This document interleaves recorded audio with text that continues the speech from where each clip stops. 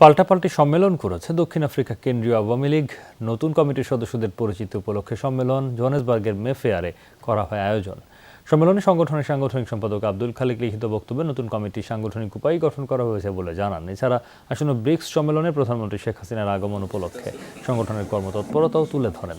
অনুষ্ঠানে আরও বক্তব্য দেন সংগঠনের সভাপতি রেজাউল করিম ফারুক। সম্মেলনের অন্যান্য সদস্যদের সাথে উপস্থিত ছিলেন যুগ্ম সাধারণ সম্পাদক জাকির হোসেন ও মোশাররফ হোসেন, সাধারণ সম্পাদক আবু নাসের হাজারি, আব্দুল মতিন ও নোমান সরকার।